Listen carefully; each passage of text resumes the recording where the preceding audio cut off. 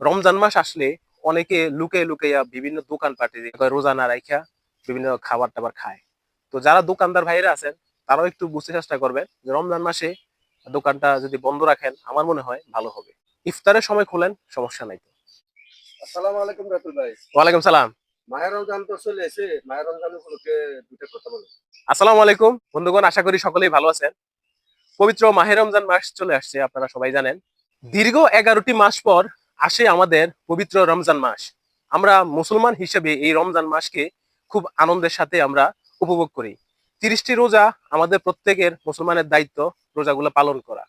তো আপনারাও মুসলমান হিসেবে প্রত্যেকে আপনারা এই 30টি রোজা সম্পূর্ণভাবে আদায় করবেন। আর আমাদের জন্য দোয়া করবেন যাতে আমরাও এই 30টি রোজা সুন্দরভাবে আদায় করতে পারি।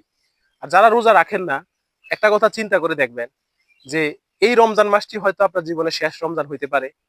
তো ওই কথাটা চিন্তা করে অন্ততপক্ষে রোজা রাখেন, নামাজ আদায় করেন। আর যাদের অর্থ সম্পদ আছে, টাকা পয়সা আছে ভালো, তারা গরিব অসহায় মানুষকে সহযোগিতা করেন। সবার প্রতি আমাদের ভালোবাসা থাকবে। আর ভিডিওটা একটু শেয়ার করে দিবেন, আপনাদের প্রতি আমাদের এটা অনুরোধ থাকবে, ভিডিওটা বেশি করে শেয়ার করবেন। যারা এখনো আমার এই পেজের মধ্যে ফলো দেননি, দয়া করে ফলো দিয়ে দিবেন। সবাই ভিডিওটা সর্বোচ্চ শেয়ার করবেন, আপনাদের কাছে এটাই অনুরোধ।